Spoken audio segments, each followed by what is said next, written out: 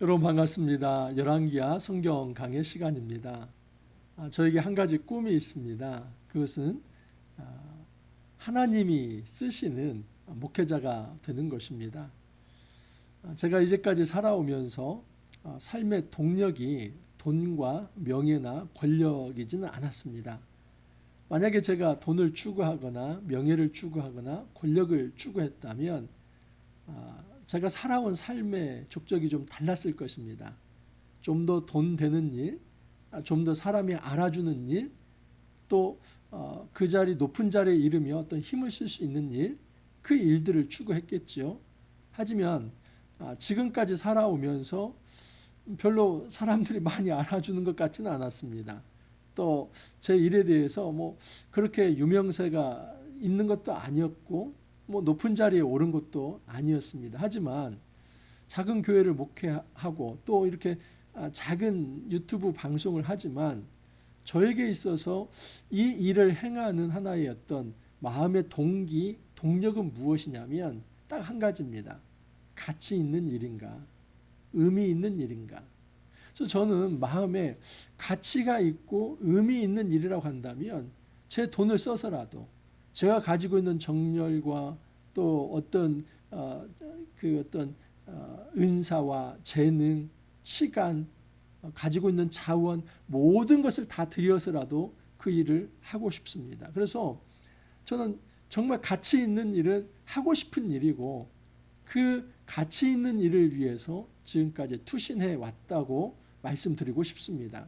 이것은 앞으로도 마찬가지고 제가 목회를 은퇴할 때에 얼마나 대단한 업적은 아니지만 하나님이 원하시는 그 하나님의 뜻을 따라서 의미 있고 가치 있는 일, 뭔가 하나님 나라를 위해서 기여할 수 있는 일들을 했다면 그냥 스스로에게 한번 박수 한번 쳐주고 싶은 마음이 있습니다. 여러분, 우리는 하나님이 쓰시는 사람이 되어야 하지요. 그런데 무엇을 추구하느냐에 따라서 그 어떤 동기가 순수하느냐에 따라서 하나님이 쓰시는 일에 참여하면서도 나중에 정말 하나님이 좋게 평가하지 않을 때가 있습니다. 특별히 오늘 본문은 예후에 대한 본문인데 이 예후를 잘 묵상하다 보면 그 55의 교훈, 타산지석을 삼을 만한 교훈을 얻을 수 있습니다. 열왕기하 9장, 10장은 예후장이라고 해도 과언이 아닙니다. 그래서 예후를 잘 묵상할 수 있는 장입니다. 여러분, 이 예후는 북이스라엘 그 왕의 신하였죠. 하지만 이제 엘리사가 그 제자를 통해서 예후에게 기름을 붓게 하고 또 왕이 되게 하지 않습니까? 근데 사실 이 과정도 중요하고 의미가 있습니다. 하지만 정말 예후는 이 북이스라엘 역사상 어떻게 보면은 가장 위대한 이 종교 개혁을 일으켰다 해도 과언이 아닙니다. 그런데 그 개혁이 명도 있지만 암도 있습니다. 그래서 이 예후를 잘 묵상하다 보면 우리가 하나님께 쓰임 받는다는 것이 무엇이고 정말 쓰임 받을 때에 무엇을 우리가 주의할 것인지 마지막까지 모든 일을 해놓고 하나님께 칭찬받을 만한 일, 이 개혁이라고 하는 것이 무엇인지 그걸 살펴볼 수 있습니다. 자, 이제 저는 금요일 말씀은 9장 27절 37절 말씀인데 토요일 주일 말씀까지 다 해서 10장 36절까지 한번 간단히 살펴보도록 하겠습니다. 27절 이하를 보면 유다의 왕 아하시아가 이를 보고 정원의 정자 길로 도망하니 예후가 그 뒤를 쫓아가며 이르되 그도 병거 가운데서 죽이라 하매 이블루함 가까운 구르비탈에서 치니 그가 무기토까지 도망하여 거기서 죽은지라. 여러분, 예후가 가장 먼저 이제 어제 말씀이죠. 어제 말씀에서 징벌했던 사람이 누구입니까? 이 아합의 아들 요람 또는 여우람이라고 하죠. 그를 징벌했습니다. 그리고 그 유유상종이라고 제가 어제 말씀을 드렸는데 이 요람과 아하시아가 그냥 악한 사람들끼리 짝짝꿍 돼가지고 유유상종이었습니다. 그런데 이 예후가 바로 남유다의 왕 아하시아도 처벌을 합니다. 징벌을 합니다. 그러니까 이 아하시아는 지금 북이스라엘의 이 악한 왕 이 요람과 같이 붙어가지고 자기들끼리 연합하면서 이 하나님 나라를 추구하기보다는 이제 자기들의 어떤 정치적 이익만을 위해서 살아갔던 것. 그래서 이 북이스라엘의 바알 신앙을 남유다까지 받아들이며 이 이스라엘 전체를 이 하나님을 떠난 그런 어떤 패역한 땅으로 만들어 버린 두 왕에 대해서 예후가 다 징벌을 한 것입니다. 그러니까 얼마나 이 개혁 작업이 단지 어떤 선언이나 말로만 이루어진 게 아니라 실제로 정치적인 어떤 힘에 의해서 이루어졌다 할 수 있습니다. 말할 수 있습니다. 사실 엘리야가 추구했던 거 이거 아닙니까? 엘리야가 갈멜산에서 전투했을 때 우리는 단순히 하늘에서 불이 내리는 것만 생각을 하는데 여러분 거기에 초점이 있었습니까? 그게 아니라 하나님께서 엘리야의 제단에 불을 내리게 함으로써 정말 유일한 신이 누구인가를 보여주지 않았습니까? 거기에 많은 백성들이 지켜봤습니다. 그리고 바알과 아세라 선지자 850명을 다 처단하지 않았습니까? 그런데 백성들은 움직이지 않습니다. 그렇기 때문에 이 엘리야가 영적인 외로움에 빠졌던 거죠. 내가 이렇게 일을 했지만은 오히려 이제 그 믿는 자들을 죽이려 하고 이제 나만 남았나이다. 나까지도 이 이세벨이라고 하는 여자가 죽이려 하는 거 아닙니까? 그렇게 말했던 자가 엘리야입니다. 그래서 이 엘리야도 개혁을 추구했지만은 어떤 이 아합 왕권을 그냥 끝장내지는 못했습니다. 여러분 엘리야의 이제 제자, 이 수제자 엘리사는 어떻습니까? 엘리사가 그 선지자직을 계승했지만은 엘리사 역시도 자기가 어떤 힘을 이용해가지고 군대를 이용해서 아합 정권을 끝장내지 못했습니다. 하지만 이 엘리사가 기름 부어 세운 이 예후라고 하는 사람이 실제로 손발이 되어서 개혁 작업을 이룬 겁니다. 그러니까 하나님이 쓰시는 아주 중요한 도구라고 말할 수 있지요. 굉장히 중요한 사람입니다. 또한 이세벨도 처단하죠. 30절 이하를 보면 예후가 이스라엘에 오니 이세벨이 듣고 눈을 그리고 머리를 꾸미고 창에서 바라보다가 여러분 자기 아들이 죽었습니다. 그리고 이제 북이스라엘이 풍전등화와 같습니다. 예후가 일어나서 이제 이 요람을 이제 죽이고 그리고 이제 그 군대를 이끌면서 이 이세벨에게 다가오는데 이 이세벨이 그때 2층 창가에서 뭐 하고 있습니까? 눈썹 그리고 있습니다. 그러니까 마지막까지 독한 여자입니다. 마지막까지 악인입니다. 여러분 마지막까지 회개하지 않고 죽는 사람이 분명히 존재합니다. 악한 사람입니다. 이 세상에는 이 악마 사단에게 이제 조종이 되어서 완전히 악한 사람을 악한 인생을 끝까지 살다 가는 인생이 있습니다. 마지막 죽는 순간에는 회개를 해야 하는데 그 마지막 죽는 순간은 회개의 기회임에도 불구하고 끝까지 자기 잘못에 대해서 단 한 번 내가 미안하다 잘못했다 말하지 않고 죽는 사람이 있습니다. 여러분 역사에 죄인들 있지 않습니까? 지금 이세벨이 그와 같은 여자입니다. 이 이세벨이 이제 바알 신앙을 도입해 와 가지고 이스라엘 땅을 완전히 여호와의 땅이었는데 바알의 땅으로 만든 그 무지막지한 죄를 지은 사람인데 자기 목에 지금 칼이 들어오는 그런 상황 속에서 눈썹 그리고 있습니다. 악한 왕입니다. 악한 이제 왕비이지요. 그래서 결국은 이 예후가 이 여인을 내놓을 자 누구냐 이렇게 합니다. 그러니까 거기에 내시들이 이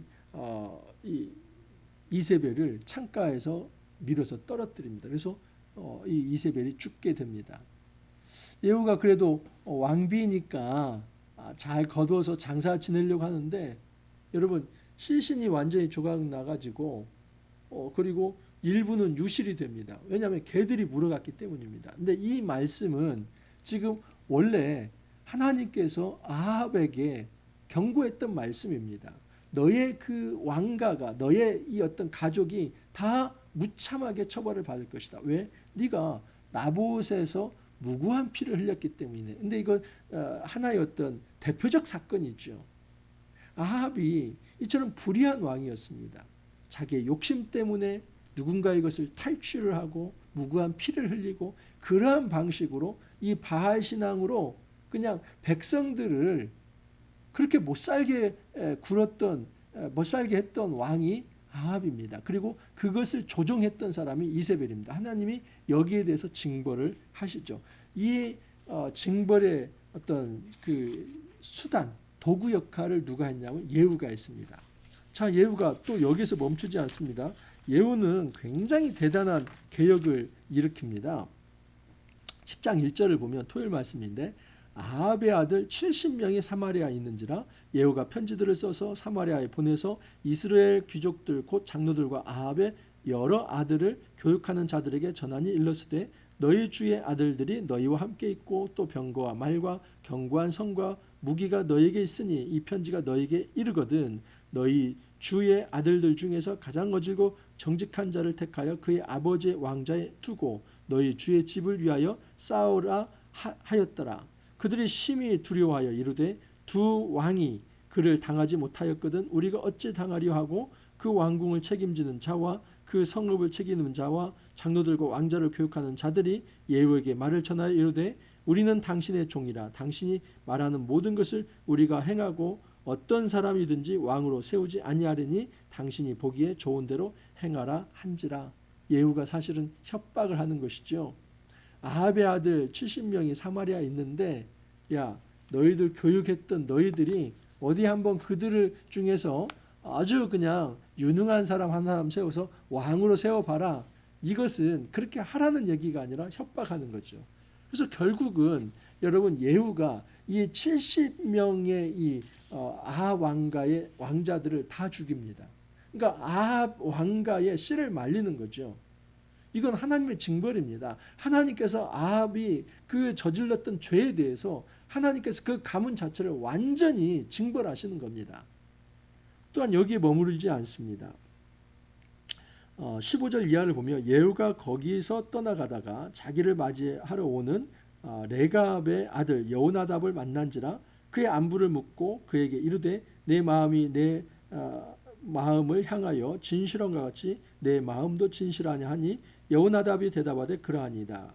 이르되 그러면 나와 손을 잡자. 손을 잡으니 예후가 끌어 병거에 올리며 이르되 나와 함께 가서 여호와를 위한 나의 열심을 보라 하고 이에 자기 병거에 태우고 사마리아에 이르러 거기에 남아있는 아합에게 속한 자들을 죽여 진멸하였으니 여호와께서 엘리야에게 이르신 말씀과 같이 되었더라. 이제는 아합의 왕자들 70명이 아니라 그 나머지의 이 아합에 복종했던 사람들, 아합에 충성했던 사람들, 부역했던 사람들, 그 나머지 사람들을 또 다 처단했다는 겁니다. 또 여기 머무르지 않습니다. 14절을 보면 이르되 사로잡으라 하매 곧 사로잡아 목자가 양털 깎는 집 웅덩이 곁에서 죽이니 42명이 하나도 남지 아니하였다. 이 42명은 아하시아의 형제들입니까? 남쪽 유다의 아하시아 형제들까지도 처벌합니다.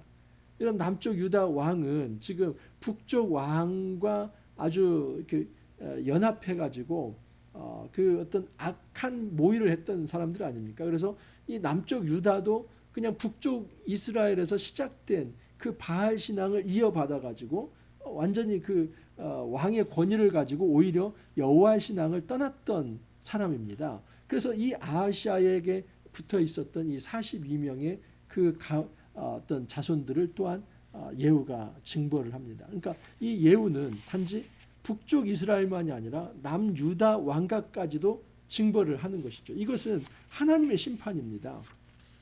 또한 여기서 머무르지 않습니다. 이제 10장 18절에 36절 말씀인데 10장 18절에서 27절에 이런 말씀이 있습니다. 예후가 이제 하나의 모의를 합니다. 어떤 모의를 하냐면 바알 신을 섬기는 제사장들을 처단하기 위해서 내가 이 아합은 바알 신을 섬겼는데 나는 바알 신을 더 배나 섬길 것이다. 이렇게 거짓말을 합니다. 사실은 예후가 뭇백성을 모으고 그들에게 이르되 아합은 바알을 조금 섬겼으나 예후는 많이 섬기리라. 그래서 사실은 이 예후는 바알을 섬길 마음 조금도 없습니다. 그러지만 이 바알을 섬기는 이 제사장들, 선지자들을 처단하기 위해서 거짓말을 합니다. 나는 앞으로 바알을 많이 섬기겠다. 그러니까 몇 날 몇 시에 어디 공간에 모이라고 합니다. 그러니까 이 바알 선지자들이 옳다, 잘됐다. 우리 아합 왕이 그 우리에게 호의를 베풀어 가지고 우리가 바알 신을 그렇게 잘 섬겼는데 예후라고 하는 사람이 이제 새로운 왕이 되었는데 또 바알 신을 섬긴다고 하니까 얼마나 좋아하겠습니까? 근데 그곳에 모였습니다. 그 전체 전국에 있는 이 바알의 제사장들이 다 모였습니다. 그때 예후가 이런 얘기를 합니다. 혹시 여기에서 여호와 신앙을 가지고 있는 사람 손들어. 얼마나 두렵겠습니까?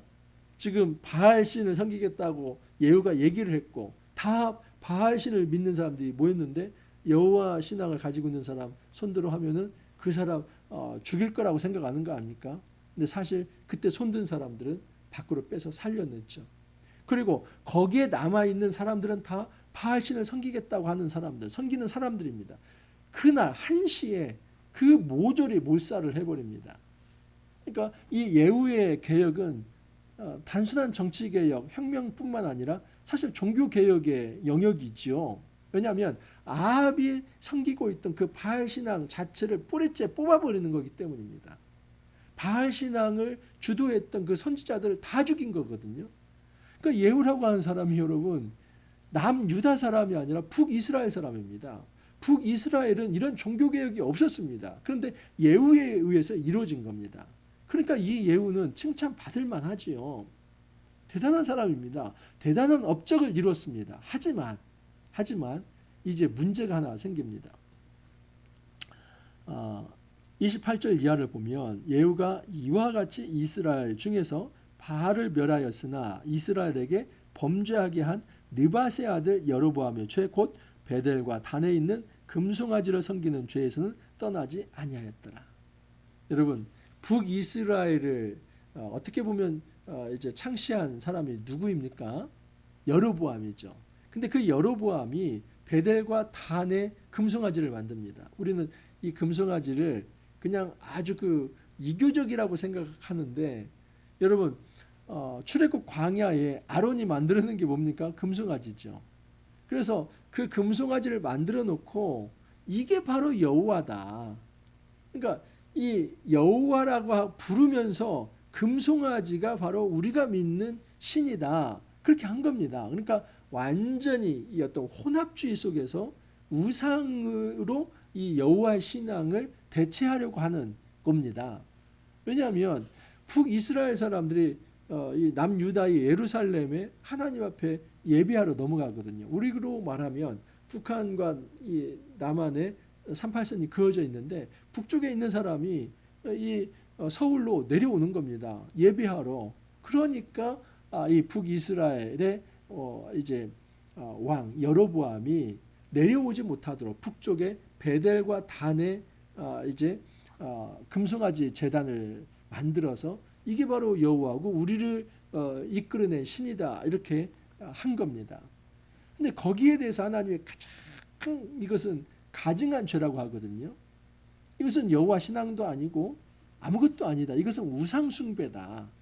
그런데 여러분 예후가 바알 신앙은 다 척결을 했지만 결국 돌아간 게 뭡니까?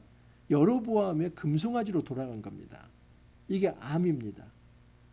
이 개혁의 명과 암이 있는데 밝은 부분은 정말 어떤 사람도 하지 못했던 이 정치적인 어떤 군사적인 어떤 힘을 이용해서 모든 바알 신앙의 뿌리를 뽑아내버렸습니다. 아합의 왕가를 척결을 했습니다.